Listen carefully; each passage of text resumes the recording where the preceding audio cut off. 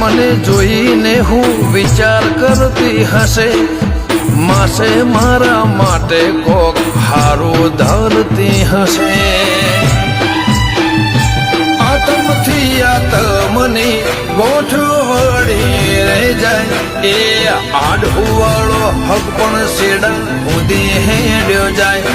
આતમથી આતમની ગોઠવણી રહી જાય, એ આડુવાળો હક પણ સેડા ઉદી હેડ્યો જાય. તારા હકમાં ધબકે એવા ધબકારા લખી દે, તારા ધર્મના તારા નોમના એ ગહારા લખી દે. તારા મારા દાખલા દેવાય એવી કહાની લખી દે.